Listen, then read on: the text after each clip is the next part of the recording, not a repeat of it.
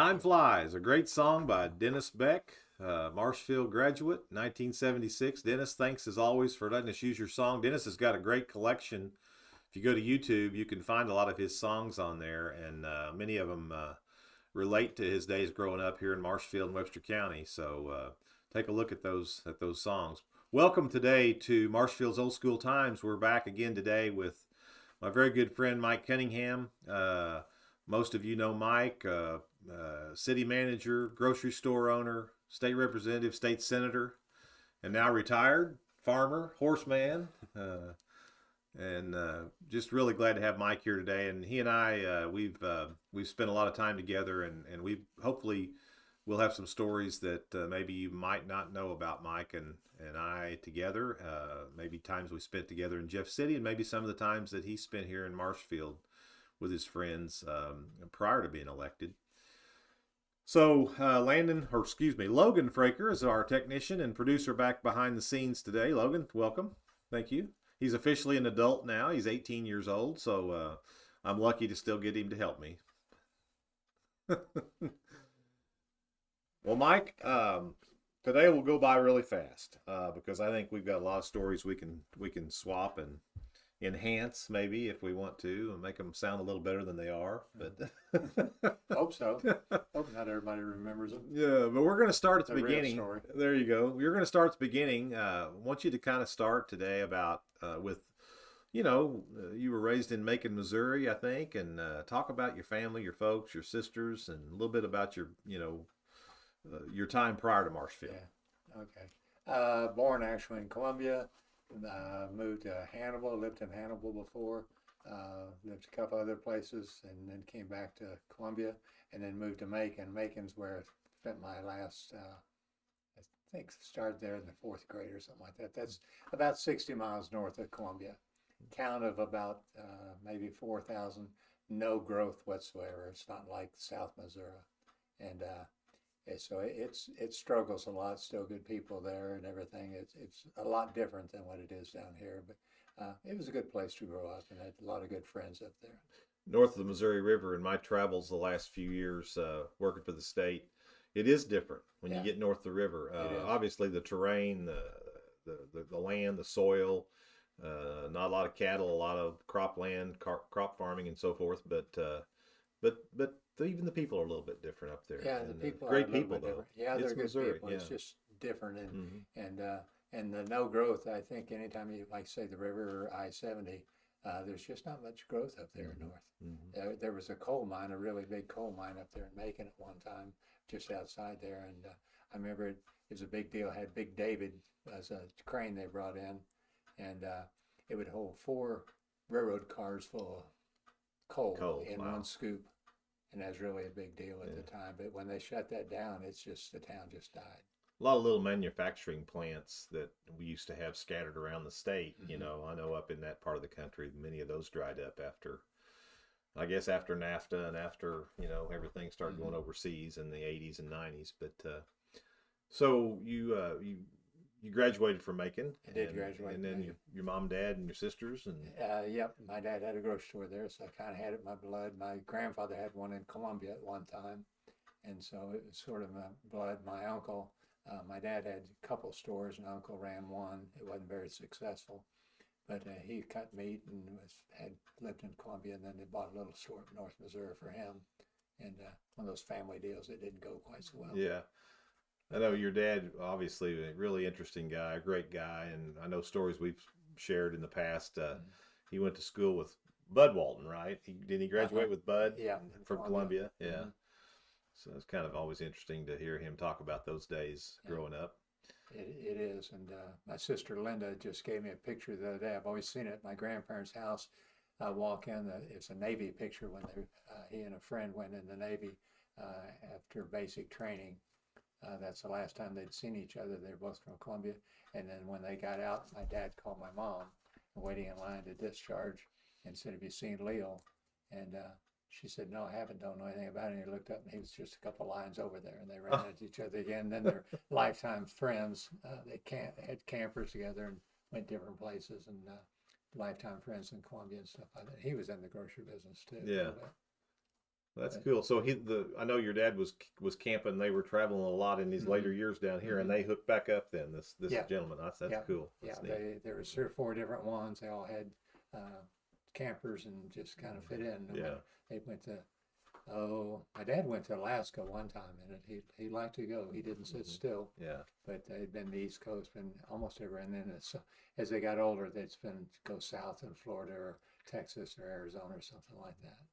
Was your mother raised in Columbia as well? She was raised in Boonville. Boonville. Okay. They met at a roller rink.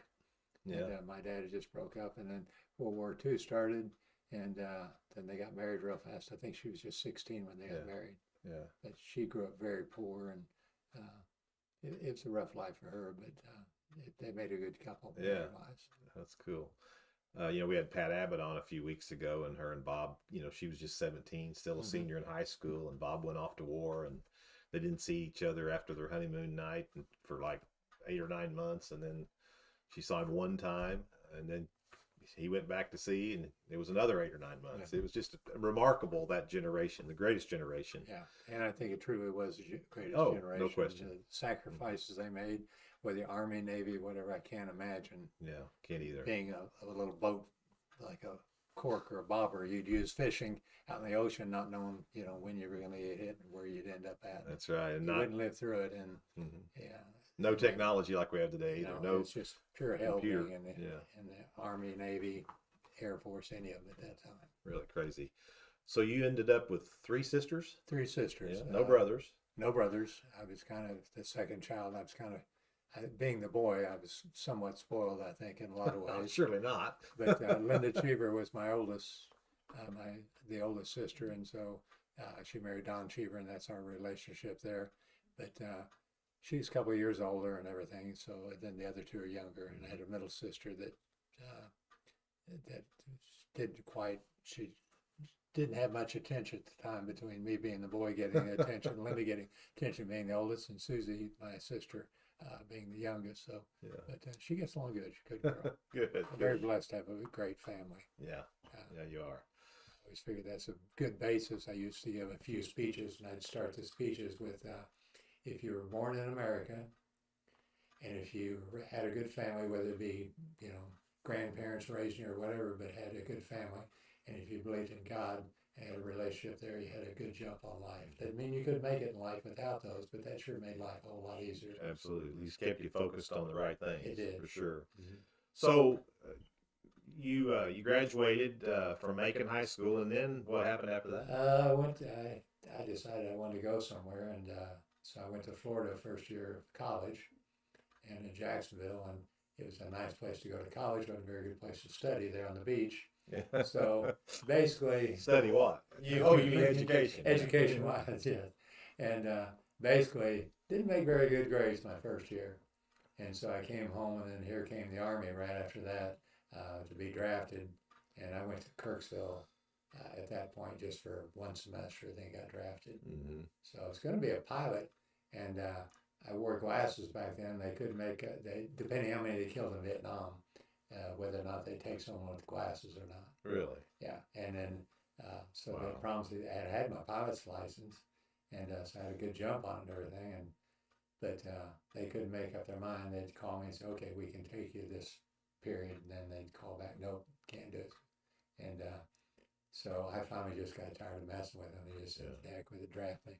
And I honestly just figured, I had so many friends that did, just figured you'd go to Vietnam and come back in a body bag, and that's kind of my attitude about it. And I didn't. I, for some reason, went to Germany. There again, God took good care of me, and went to Germany and spent a year and a half riding a train, or a year about riding a train, but in the Soviet territory.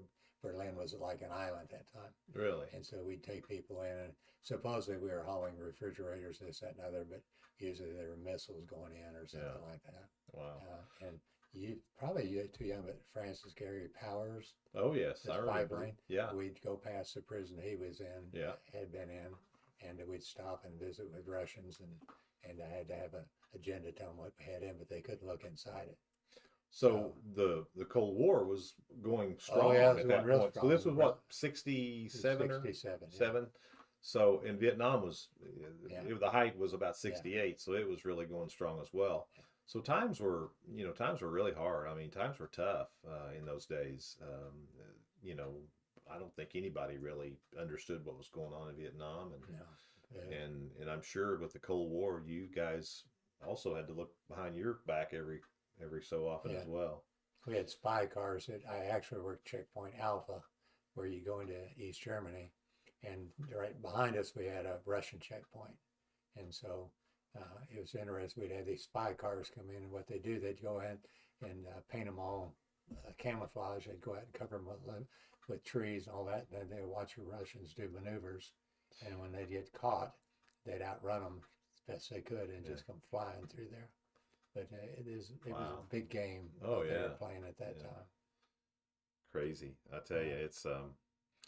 it's remarkable that your generation really even survived all of that and Yeah. came back and became tremendous Americans and built this country, took it to the next level. Yeah. And many of your colleagues didn't get to come home. Right. And, you know, and we were talking last week, I think, about the good old days. And, you know, we do pine for the good old days, but on the other hand, ask the mothers of those boys who didn't come home what was the good old days. Yeah. And And I've often felt maybe the parents or the wife or the kids, uh, they maybe had it definitely rougher than I did in Germany. yeah, Interesting one time, well, you get to know those people. The Russians would come out and walk, AK-47s walk up and down the train, and we couldn't get off. I was kind of a smart aleck, and I snuck off one night and got behind one.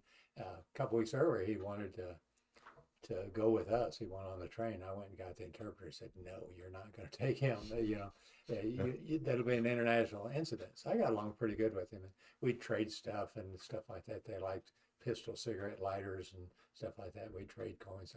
One night he was walking past us, and I jumped off the train, which was a big no-no. And I got right behind him and just hollered, "Hey," as loud as I could. He turned around and stuck the AK-47 on my chin. And then I started wondering, that wasn't too smart, didn't I? So yeah, it, wow, but it was interesting, and to see that it was just a completely different world yeah. compared to what we live in. Were Made me you? appreciate America a whole Oh, bunch. I imagine. So, were you considered military police? Is that Yeah. kind of your Yeah. yeah? So you did that, and then got to come home Came eventually. home, went to Kirksville, back to school at Kirksville. Knew why I was there at that time, Yeah, and probably a little more focused, weren't you? a little more focused, and I didn't, the big thing was fraternities and drinking and all that. I'd gone through all that in the Army and prior to, and I wanted to get a degree and get out of there and go to work. Yeah, So I was able to do that, and I cut a little meat on the side. Actually, I was in Florida as a meat cutter too. Just wanted to work. I never really wanted to go to but school. growing up in the grocery store, you probably Yeah. learned to cut some meat then. Yeah, I too. did. And Yeah. my dad made sure I learned how, because he had done that. So, and it was good for me and everything. So, but Kirksville, I got out of there. Then I went to work for Coca-Cola USA out of Atlanta, That's Georgia. probably a pretty good job, wasn't it? It was a pretty good job at the time, and, Yeah. and I'd worked for him a little bit, just doing repair work and stuff like that when I was in college. They paid pretty good, and they sent me to Wisconsin, and it's just for the Fountain Division, and you're headquartered out of Chicago. Ray Kroc that started McDonald's. He and my boss were buddies. And, Oh yeah. yeah. So they were buddies that had a lake house up on the river, up on Lake Michigan, and or somewhere up in there. I was never invited. But anyway, I spent about a year out there, and I got a chance to transfer, and to transfer me to Kansas City, and I thought that'd be great because I'd lived there at one time, and turned out as Des Moines, Iowa, and I just didn't get along. I mean, it's to me, it's nothing against people watching her from Iowa, but it was kind of nothing to do there. In the winter, everybody sat around. In Wisconsin, we'd Stoneville ride, do this, do that. Summer, you had all the lakes, fishing and all. But Iowa, people sit around talking about how cold it was. Yeah. And there was no major sports team there that drew in everybody kind of together. They could get behind, get behind the Cardinals or Royals or Patrick Mahomes type person or something like that. Right. Nothing up there like that. Yeah. And I hated Iowa. Yeah. And, No trees or hills either, is there much? no, just dirty rivers. I mean, beautiful cropland, but just dirty rivers. So I left there, came down. Don Cheever was a young attorney here. Now, Don had already got on here in Don is in Marshfield, and now, you told me the story kind of how he kind of came here. Was it through Bill Sims or sort of? Or David Lawson and Uh-huh. Ellsworth? They were short on attorneys here, and of course, the first one they came, first opportunity they got, then they had to serve as prosecuting attorney, and these guys want to make more money than the prosecuting Right. attorney. So Prosecutor was they part finally time made it back up. then, and it Uh-huh. didn't pay much, and Paid it's kind of a lot of $30,000 a year. work. Yeah. Yeah. A lot of, I think Don spent 90% of his time, making 10% or no more than that, but it's about $32,000 a year. And you got school debt, so that gets pretty expensive. But I kept looking for grocery stores for sale down here, and I'd have to leave Iowa, drive down. My dad worked for Associated Grocers, and he traveled a lot and say, well, there's one in Calico Rock, Arkansas. So I'd have to come down and come down on Saturdays, and the banks would be closed and all that. So we went over to meet Bill Sims and walked in his office, and he said, hey, we've got a city administrator job here. We're going to hire full time, and would you be interested in that? Yeah, whatever, just part time, Yeah. just temporary. And so I met the city council, and they said, met with me, and they said, we think we'd like to hire you. And so I said, that'd be great. What would you work for? And I thought, well, school teachers made $7,200 a year. Highway patrolman made about that much. I said, yeah, I'll work for $7,200 a year. And that's kind of started the whole thing. This was what year? Gosh, that would have been 72, I think. 72? 73, Yeah. somewhere around there. Yeah. I'm not good on dates. Yeah. But it was interesting because they had Ron Chisholm before, but he was just basically a bookkeeper for them. And couldn't Ron have had worked at full the time. Citizen State Bank with my dad Oh, prior really? to that. Mhm. Yeah, he I was the forgot bookkeeper. about He that, was the yeah. cashier, I think, or the bookkeeper or whatever. Mhm. Yeah. So I was kind of their first, and so it was an interesting job and a really good job. The pay wasn't very good, but I hit it at a really good time. And Is that when you built City Hall? yes, So I got a grant to build the city hall, and Carter was president at the time, and there was just federal money everywhere. So we got the treatment plant out there. They had it all scheduled, not complete or not finalized, but they were in pretty good shape with get money from the state for that. The old, But there was just money galore. yeah, the old sewer, I guess you call it treatment plant, was down here on Hubble Drive. Yeah, about where I the remember roundabout's that. at now. Right Yeah. where the roundabout, just a Yeah. little bit north of that, and yeah, so that was a big deal. And of course, they still had the detention ponds across the highway, if I'm not mistaken, but they didn't have the treatment part of it over there, I think. Yeah, that a lot of stuff happened about that time. Who was the mayor? Claude Lewis. Claude. Yeah. Yeah, he Yeah. had a good guy. We had Mhm. Claude Lewis as a mayor, and Joe Larry was a councilman. George Barnes was a councilman. I think Bill Schroeder was. I think maybe he just got on at that time, and Herman Pierce, but some successful businessmen Absolutely. that really cared about the town, wanted to grow and prosper, and so we hit it at a really good time for money. City Hall cost the city nothing. The treatment plant didn't cost very much. Now, what about the land that City Hall went on? Did you make that deal? The land where the city, City Hall is, Well, or had that we- kind of just been done before you? the city had The owned city, the landfill. you're right. I was getting ready to say I know this story as a commissioner because Yeah. So tell that story. It's a pretty Well, good story. Yeah, they owned the land. The city owned it, and I thought that's not very smart of the city to own a landfill and provide one for the entire county, and you had all that liability out there. Yeah. So I found some money, a grant, and approached the, commissioners at that time Yeah. and said, you all really need to own this. We don't. I mean, it's a county thing. We're not going to be able to keep it on or whatever. Bet them a pretty good story, and they bid. And they ended up buying it, and I got them the grant, so it didn't cost them anything. And they ended up buying it, and then we took the money and then bought the south side down here where the city hall is at now. Right. And so got a grant for a tennis court and some other things. They had a walking trail down there, but after I left, they never did complete it. Mhm. But it worked out pretty good. We got things are just really fell right into place just perfect. Right. Had a great city crew. Had Jay Jones, who's now gone, and James Vance and Henderson, just a bunch of really good, hardworking guys. And we got all kinds of paving done. Revenue sharing came in about that time.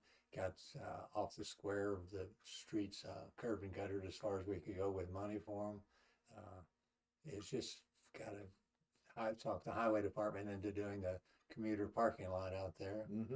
And Yeah. that was the first one in this part of the state. And then it was so successful.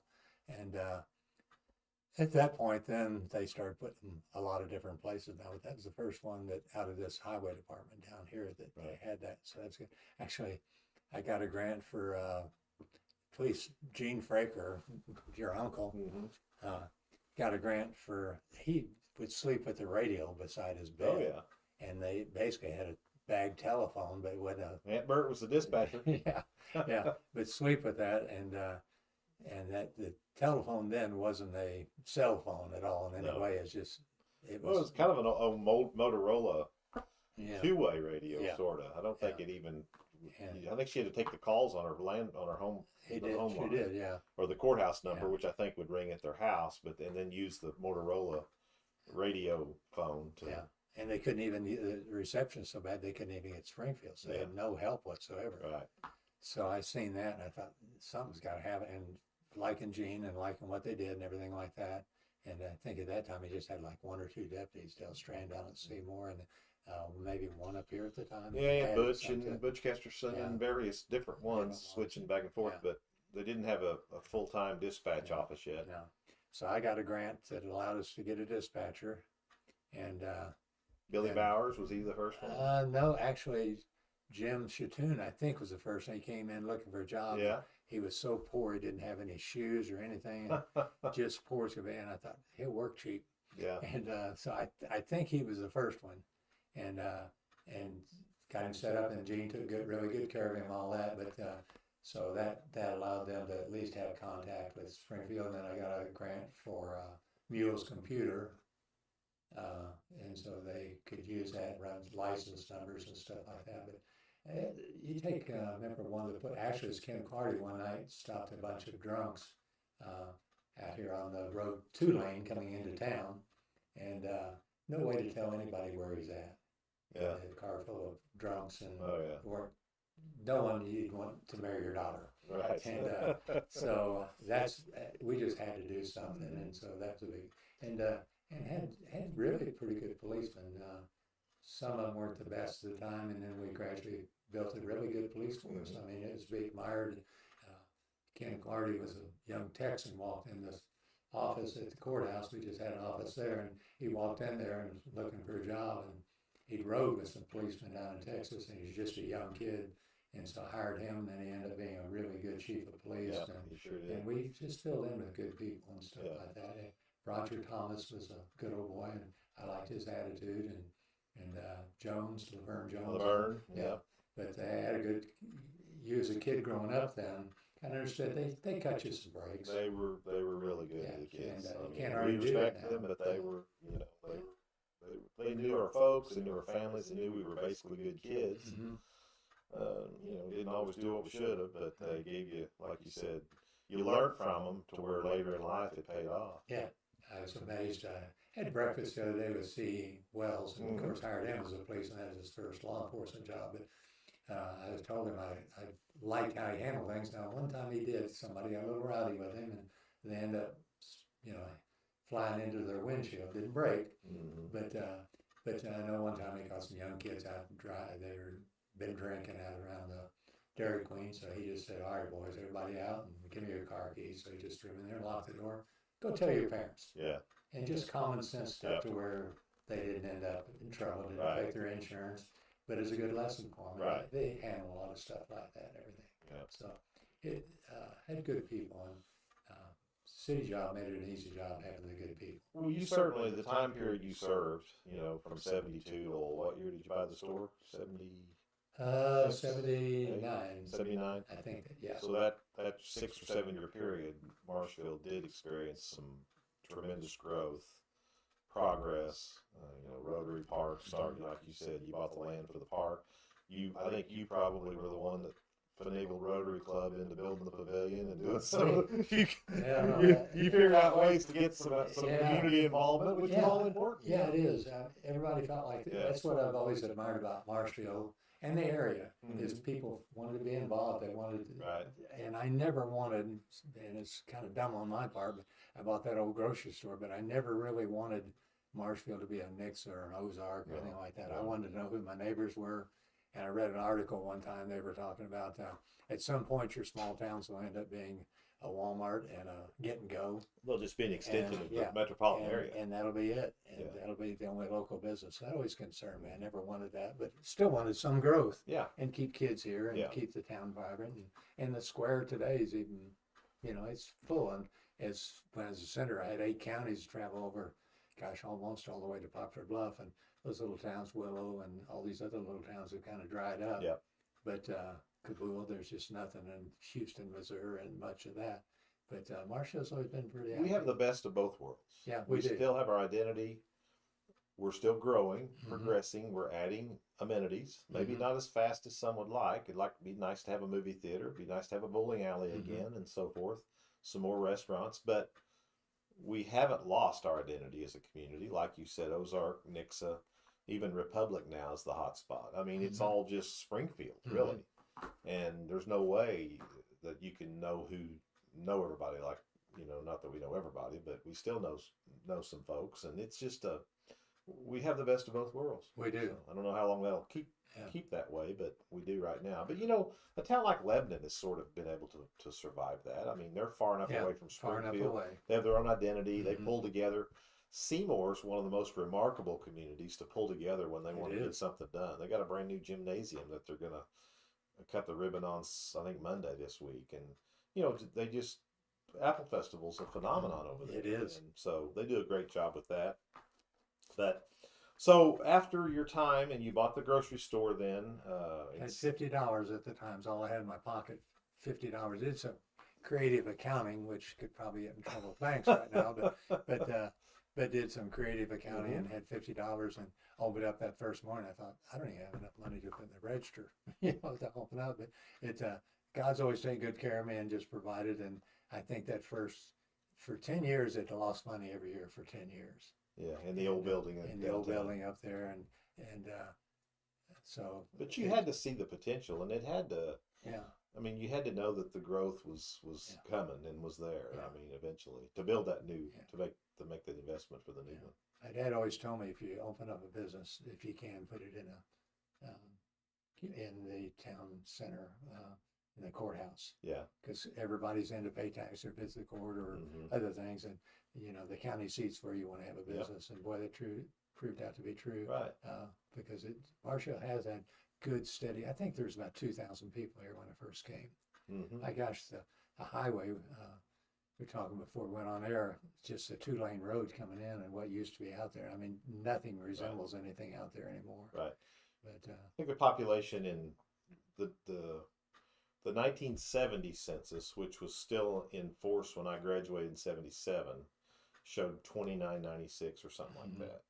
And then of course it flipped over into the like 3600 I think in 1980, and now we're at 7500 in the city limits. And if you get beyond that in say the Marshfield zip code, it's double that. It's 15,000 people with probably in 65706 zip code. So tremendous growth. Yet, like I said, we still have our identity.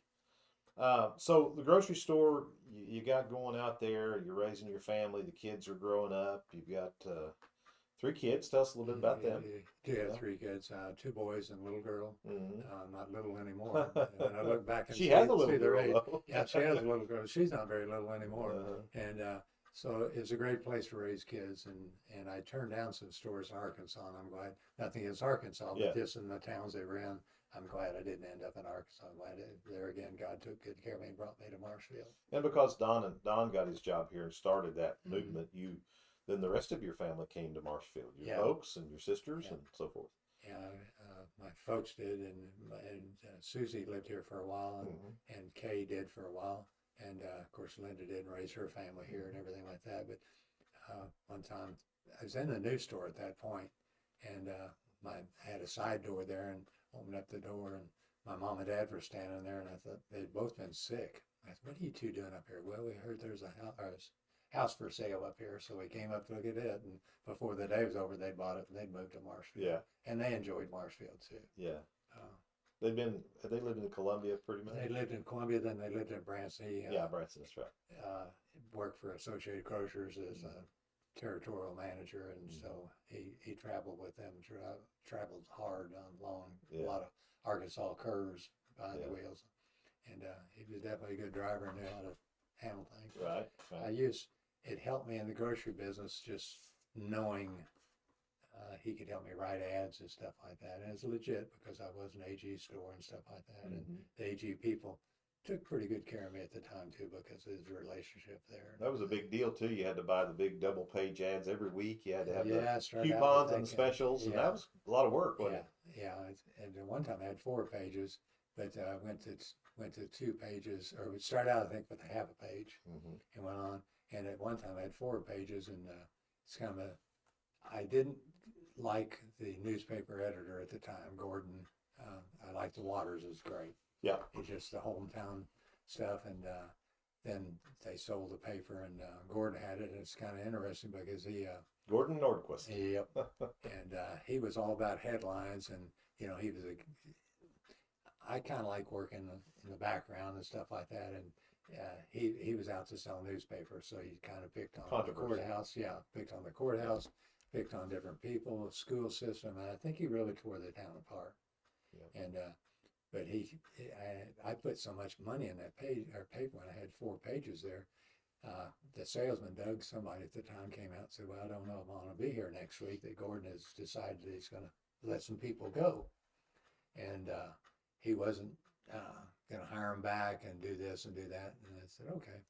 So about the time he walked out the door, I called to Gordon. I said, hey, Gordon, instead of having 4 pages, things are a little tight right now. I think I'll just go to 2 pages. Why are you doing that?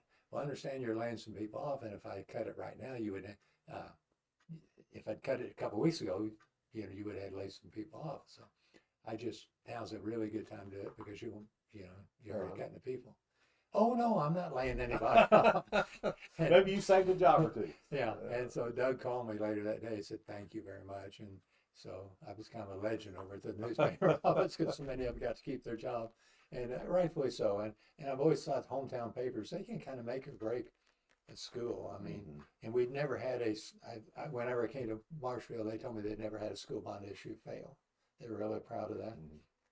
And when he came, and they were trying to build a new high school several times, and it was he didn't give the kind of support that Jack Waters and the Waters family always did. And then people, of course, Jack had been on the school board and so forth. There's people that kind of cut off their growth because people decided they weren't going to move. If they didn't have a good school system, they didn't want to move here. Yeah. And so it affected the realtors. It affected a lot of people. Right. And so it was better when it was home, just like everything else. I mean, hometown is just better. You have the interest. You go to church with people. Your kids go to school here. And so it's just. And if you think about that time period, that was the 80s, and what happened in the 80s? They introduced cable television. You went from the 3 channels, or maybe 4 if you had PBS, to however many channels cable television brought us in those days, 50, 100, and so CNN started, cable news network, and you had all this new information that was coming at people, and things were starting to change a little bit, a little more skeptical, even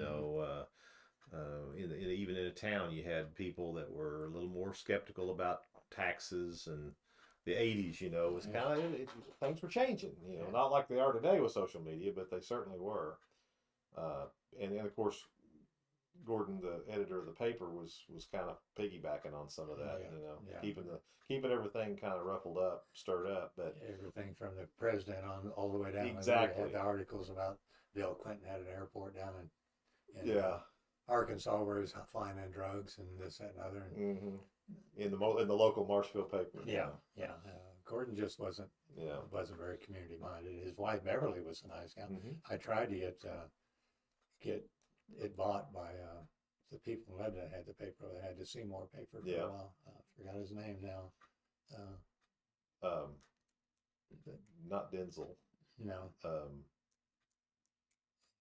It's a pilot and this big stuff like that. And a really good guy, and I thought he'd kind of pull the town together. I know you're talking about Dalton. Yeah, Dalton Wright. Dalton Wright, And We couldn't get it. There's some lady in Florida that didn't want to sell it or something. She wanted to keep Gordon there for a while, and then Gordon did sell it, but Dalton didn't end up with it. Yeah. But, the Walmart family ended up with it actually too. And, Big conglomerate now. Mm-hmm. So during this same time period, you bought a farm at Northview. I did. Mm-hmm. Tell us a little bit about that. Well, in the old store, there was a guy that used to come in there and buy his groceries from me in the pickup, and it said Music Man on it. Mm-hmm. And so having friends at the sheriff's office and found out that it was who owned it and everything like that. Cy Simon actually owned it, and Cy worked for Ralph Foster and put together the Ozark Opry and stuff like that. And they went on to Nashville and did it. And so anyway, I started talking to him, and he started telling me about the farm and all that, and I got really interested. And then so I got cancer and was going to die, and he came, and I said, if you ever sell it, I'd like to have an interest in it. So he came and see me, Mike, I'm going to sell it, and it's $300 an acre. I mean, it's really a bargain. Not Probably back then it didn't seem like it though. well, no. So I went to the accountants, and I'd just been in a new store, and I got to be good friends with Si. I had lunch with him and stuff like that in Springfield a couple of times. Some of us go over there and visit with him, and so he called me and said, Mike, I'm going to sell. I'm not doing very good. Would you like it? And I went to the accountants, and my store was not doing good at all. And they said, Mike, you cannot pay for it. Were you still in the old store? I know I was in the new store. That's what I thought. Yeah. And new store didn't go so well when I first. I was just You bit off a big chunk, didn't you? Yeah, yeah. And the old store was a big chunk because just having the $50, but I borrowed like $3 million out of this new store, and it just didn't go well. And Carl wasn't in business then. Carl had sold his store, and it just didn't go well. And I was within a week of losing everything I had. The car was not my car, my bird dogs, my car, and about the only things that weren't mortgaged. And so ended up just about losing everything I had. I was within a week of just going over to the bank saying, hey, here's. This was probably the late 80s or early 90s. Yeah, early 90s. Yeah. And just, guys, I'm going to lose. I just cannot pay payments. Yeah. And they stuck with me. And then eventually, after about 2 or 3 years, finally made some money. Pulled it out. But so did you go ahead and buy the farm then, or did you kind of wait? Well, then after I sold the store, I ended up with called Charles Edel and said, would you sell the farm? And it was about 1,000 acres signed. So you didn't buy it from Side then? No. I see. But Edel had bought it. Yeah, Edel, he went in there. Si went in to talk to him about a tractor, and Edel just bought the farm before he left there. I see. And so I called Charles and didn't really know him, and he said, well, yeah, I would sell it. And so I had sold the store and had a little bit of money, and I didn't realize you didn't actually buy the store until you bought the farm till you sold the store. Right. Okay. That's right. Because you had built the house over here by the golf course. Okay, gotcha. And so he said he would, and it wasn't any bargain compared to what the $300 an acre was. Oh, yeah. But I just wanted it so bad. It's at Northview South, and it has a caboose in the front yard. And I guess Ralph Foster and Lester Cox used to use it as a hunting preserve. And so they'd have Tennessee Ernie Ford and all these people come out there and hunt with them, railroad presidents, and that's that. And then back then, people did a lot of business hunting. Now they do it on the golf course. Yeah. But they did a lot of business hunting, and so they set it up, and they raised their own quail out there, and they had a Delmer work for them.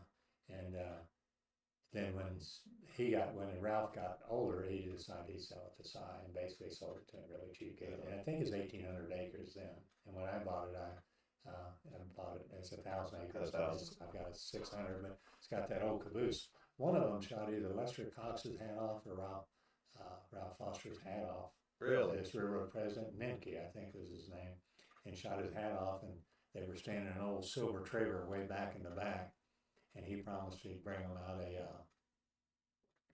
boxcar they could stay in. Well, he showed up with the caboose.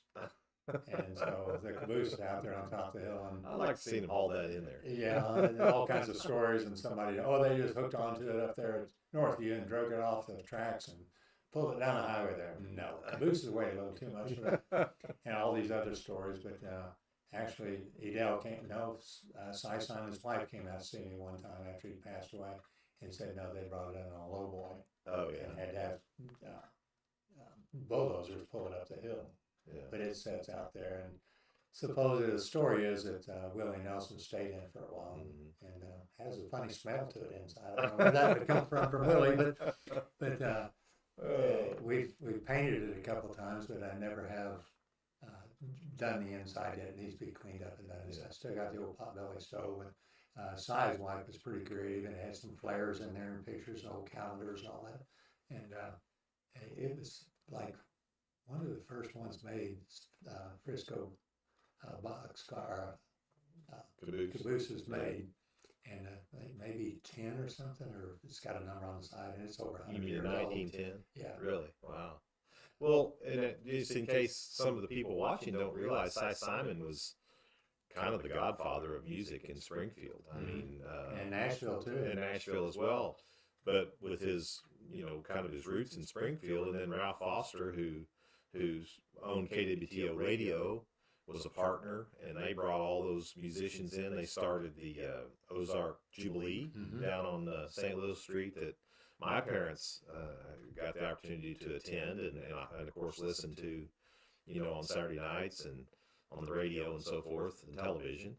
But so he was really the one very instrumental and had all those connections to the Nashville country western musicians in those days, and Porter Wagner got his start, and so it's very Red Foley. Yeah, Red Foley had the show, and Pat Boone. Yeah. And of course, Cy Simon was Janie Chowning's father, and Janie's married to Randall Chowning, who was one of the Ozark Mountain Daredevils. Right. And there's just all kinds of connections, and we talked about that last week with Caitlin McConnell. That book that Wayne Glenn wrote called "The Greatest Hits of the Ozarks." I've got it. I don't have it in here yet, but I got to get it dug out and get it in here. But it's a great book, and it has all that Springfield music spiderweb connection of all those people in there, and it's really, really interesting, going all the way back to the hillbilly music of the 1890s or the 1910s, when that all kind of started. But so Cy Simon's a kind of a legend in that Springfield music scene, and so is Ralph Foster. And of course, Foster was partners with Lester Cox, who started Cox Hospital, who also started Ozark Airlines, which museum down School of the Ozarks. Yep. Cy's got his own area down there in the museum, which is the Ralph Foster Museum. Yeah. So it's really, if you've never been, it's a great place to go, and it's cost about nothing. A lot of history. A lot of history in there, and the people that Cy introduced, I mean, just hundreds of people that he started being in that. And actually, the rumor, and I read it somewhere, was Springfield could have been Nashville, but the city didn't have the vision for it. Yeah. And Nashville came along, so it migrated that way, and that's when Cy moved to. He moved to Nashville, and he's a music producer down there. And I think he sold out to Lawrence Welk Group, I think. Oh, really? He had a music production company, had all the copyrights for music or whatever he had for music. Sure. He sold out for him, and then he moved back up in that farm for a while, and he built a cabin out there. Yeah. And your friend of mine, Rex Price, actually kind of put the cabin, and his son-in-law, the other son-in-law, was an architect. Okay. And actually started the First Bass Pro big when they're in Springfield, and then it really, I think, got too much for him. Really? Museum there and stuff like that. So you took that cabin and then made a nice home out of it, and that's where you live today. Yeah. It's very nice. Pretty common, but it's very nice. It has its own character. Yeah, it has a Bass Pro look, sort of. And you think about the people that were out there. I've got a couple pictures of stuff like that of people that were out there, and at the time, the big money people in Springfield that would come out there. But that was common, the Montgomery boys that had the truck and the Lebanon auto dealership. They had a big reserve out your way somewhere, years and years ago, that people would go out there and go hunting, and they had a lodge there and their parties and so forth. So that was kind of common back in those days. Like you said, they used to make those deals hunting, and now it's on the golf course. But it's kind of part of the way, the tradition, the culture of the businessmen in those days. So we only got 15 minutes left. I told you this would go fast. Yeah, it does. Yeah. So I want to get a little bit into Jeff City. so Mike and I served on the Marshfield Public School Foundation together when I was a store manager at Walmart, and he had the grocery store, and we became well acquainted. Of course, we knew each other prior anyway, but became well acquainted, became friends, and in 2002, you ran for state representative, and People are very supportive here. your time spent in the grocery store it paid off. Yep, in many ways. In many ways. Yep. Those butterscotch Werther's candies and bubble gum that you handed out over the years, people didn't forget those kinds of things, but they did it because they knew you and appreciated you for the businessman, the grocer that you were, and how you treated them. And I think that's what a lot of it's about, is how we treat each other anyway in life. But so you ran for state rep, you served 8 years, which is 4 2-year terms, which is what term limits. You were the first class to serve after term limits were enacted. Yeah. You took Charlie Ballard's place, and Charlie had served his time. Tell us just a real quick about being a state rep, then we'll move into your state senate. It was good. Of course, I knew nothing about politics. I stayed out of it best I could in the grocery store. That's not a good. Some people, I remember somebody parked a car out there one time with a campaign sign in it, just parked it there and came in the store. And I got a phone call, and it wasn't a pleasant phone call about allowing somebody to come to my store with a sign on. So they're in there shopping. I can't control that. Yeah. But anyway, so I kind of stayed out of it. So it's a pretty steep learning curve. And when I took over, it's the first time that Republicans had ever had a majority in, I forgot how many years, since the 40s or maybe before that, maybe ever. And so nobody ever ran a committee, never had a Republican speaker before, never had this, never had that. And so it's kind of a lost time, but we were all very dedicated because we stepped close together. Yeah. And we got an awful lot done. I mean, lots and lots of things. You served with some great people. I did. I got to know some of them, not all of them, but I know you did. And of course, Charlie Ballard was a great Marshfield, Webster County and farmer. I mean, down to earth, common sense type guy. And then you stepped in behind him, and it was an interesting time to serve. It was before social media, so you didn't have to worry about people putting stuff out there that might not be true or whatever. And I think that's changed things today. We'll get into that a little bit, but you did your 8 years, 2010, and then I know you and Jay Wasson became really good friends.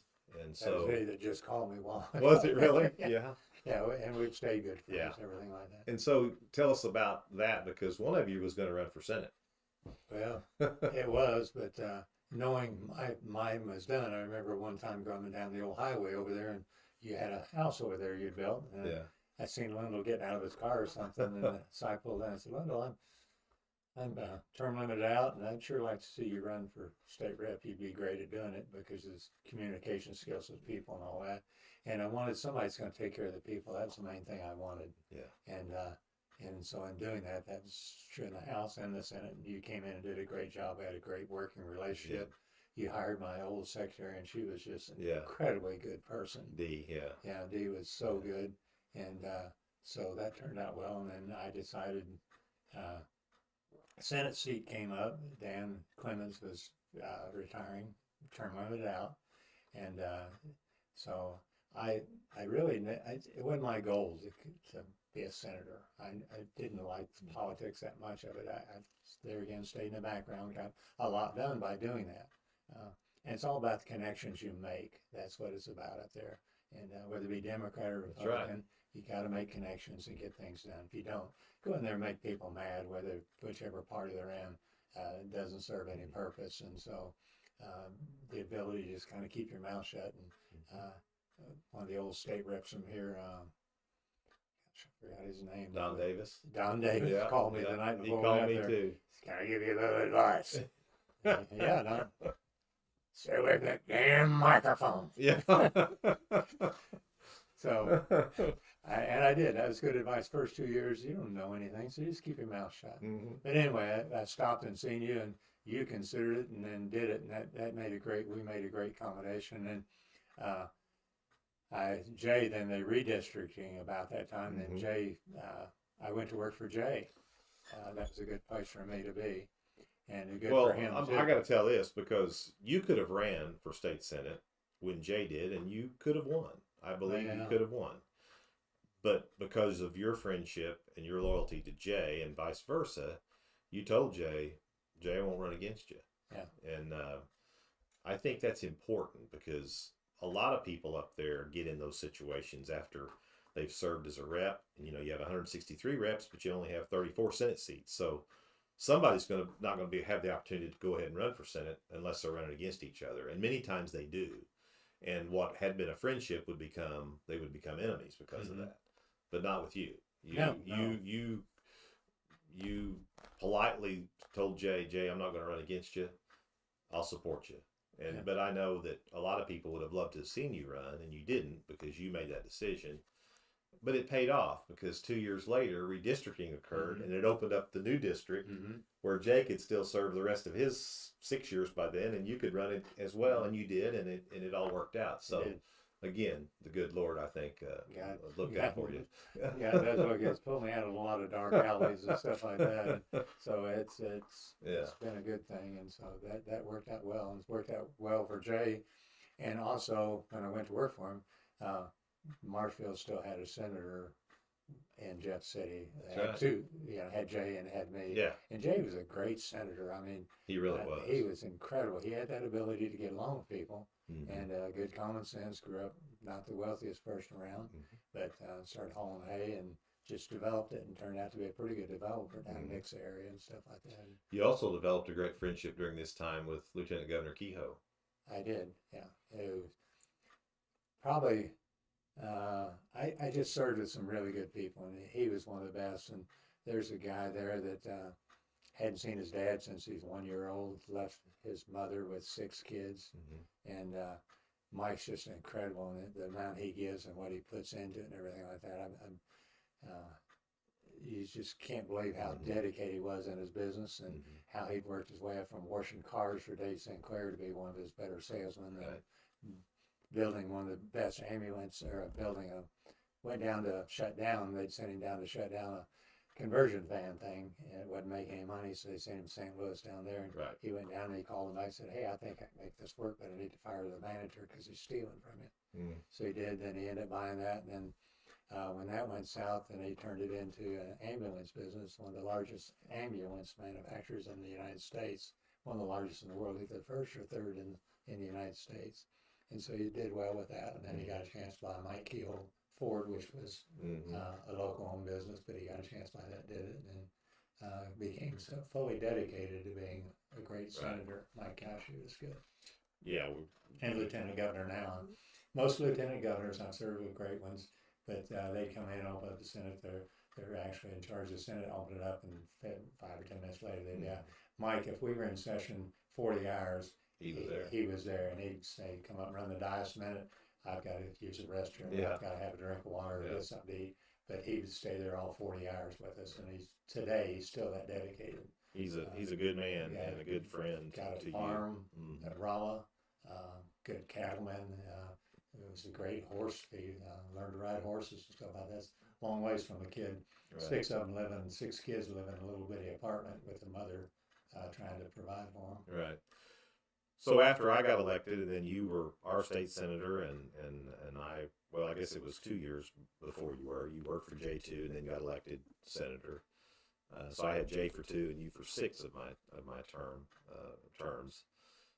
We got a little bit done, and I think the one thing that I got this little memento here, the new overpass out here, and I don't take credit for it at all, but I will tell you that I bugged Mike Cunningham enough that in my office every day. We at least got $5 million, or helped MoDOT to commit to $5 million toward that project, and I give you the credit for that. It actually turned out being almost 10 million. It turned out being more, but the original amount was 5, and people said, I know when I first ran, I was asked in an interview, and it's on record, what I thought the most important thing that we could do at that time for the community, and I said, we need a second overpass. I didn't care where it was. Didn't care if it was east, west, north, wherever. But we we needed one, because the one we have, for nothing else, it was a safety concern. If something happened, if it got hit like the third one in Lebanon did that time, and it took it out and was out for 6 months, it would just absolutely, stifle Marshfield. It would just be a terrible situation. So I couldn't get an ambulance to Walmart. no, that's exactly right. That's exactly right. So we knew that had to be done, and the only way that it was going to get done was by you and I pushing for it. Mm-hmm.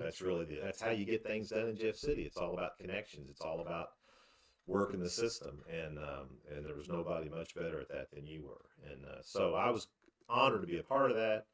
Glad we have an overpass. And then this year, of course, we've got a new sewer system now planned for that, due to the work of John Black and Curtis Trent, our current representative and senator. They worked really hard. Little Fraker kind of instigated all that. I prodded a little bit, but I mean, really, John's on the budget committee. Curtis, as a senator, also worked hard on the Senate side to get that through, and I think Marshfield should be very proud of the representation they've had over the last few years. Even going back, you Dr. Tommy, Charlie Ballard. We've had some great folks up there, and Leroy Blunt, and of course Dan Clemens, and you talk about politicians this, politicians that. That's fine. People can say what they want, but the men that I knew up there, and women, but from Webster County at this point, men were, we had Peg Miller back years ago. Peg was the first Roy one. Miller, her husband. Yeah, that's right. And Peg was a great person too. Mm-hmm. Bought my first house from her mother, or from her. That was her mother's house. Mm-hmm. But the people we've had are people that we can all be proud of. I think that have done the right thing for the community and tried to help the community. And to my knowledge, haven't been involved in scandals or anything like that would embarrass us. And it was a real honor and a real pleasure to be able to do that and follow in your footsteps and be one of the few that's had that opportunity. But we also had some other legislation that we did. I think about the food bill that we passed. Soup, not soup. There was a movement to try to eliminate chili suppers at the Lions Club, or even in churches, and things like that. And Mike and I worked on that legislation and got that stopped, and I'm kind of proud of that one. Yeah. There's a lot of them that people probably don't even know about. We did for the police department and Roy and stuff like that. They always had issues and stuff. Yeah. It's that connection some funding for the deputies and the sheriff. When I first came here, Brownie Hunsel was the district engineer in Springfield, and Marshfield just hated him for some reason. And he hated Marshfield, you mean? Well, both of them hated each other, and they even mentioned naming the treatment plant after him out there. And stuff like The Browns. So I made a point of getting on a committee meeting on a committee with him, and suddenly we needed the 2-lane out here, which 2-lane coming into town needed a 3-lane, and my relationship with Right. started that, and then there again. Whenever we went 5-lane out there, same thing. It's just some connections that helped us. Jim Anderson in Springfield, and this how we pulled this one off. I mean, nobody was getting money for stuff like that at the time, because state didn't have very much, and they'd set aside some, and just had to make the right connections. Yeah, that's right. They had to do it for us. That's what it's about. Well, Mike, I think we're out of time. I see Logan showed up, so that usually means we're out of time. And I know you've been involved in the state fair. Nikki's involved in the state fair. You guys are keeping busy with that. You got your horses. You're traveling a little bit and keeping busy on the farm. Very much. The kids are scattered. I got one son in the state of Washington, so I'll go out there once a year. Right. But no, we stay busy and hope to quit being so busy and do some things. Every time I call you, you're feeding critters. What you doing? Well, feeding critters. Yeah. Okay. Yeah. Got these 28 horses at one time. I had 200 or so, 250 maybe. Holstein Heifers at one point. It's a bunch. I know that. So, it's like having 250 kids. One of them was sick, or 10 kids or something. So no, I enjoy living out where I live. It's been a true pleasure, and just enjoy living in Webster County. I mean, in South Missouri. I mean, each step at a Right. time. You know, go to Marshfield, go to the county, and Seymour. That was one of my goals as state rep was draw Seymour and Marshfield closer together. There's always James River, just kind of. There's a lot of bitterness, jealous people. We're jealous We of. needed to be one. Well, yeah, it and, need to and be we are. one, and we are now, and that's a big thing. The Yeah, it paper is. down there has helped a whole lot, Yeah. and get along good now. So that's a really big thing. Yeah. Well, Mike, I think our time's up. I really have enjoyed this. I really am Yeah. glad you came in today, and I mean, hopefully we will do it again. We'll talk some more down the road, but uh, you know, the one thing that I think that you both and I both would agree on, the reason that we've enjoyed and been successful in Webster County, Marshfield, is because of the people. Yep. Because the people have supported us and continue to do that, and I think it's because, you know, we love the people, that we love the community and the county and the city and the people in it. So appreciate you coming. Appreciate your time today. Stay tuned. Next week we'll have another exciting guest, I promise you. And really appreciate the support for this podcast and what we're trying to do in preserving and documenting history of Marshfield and Webster County here on the Marshfield Old School Times. Have a good week.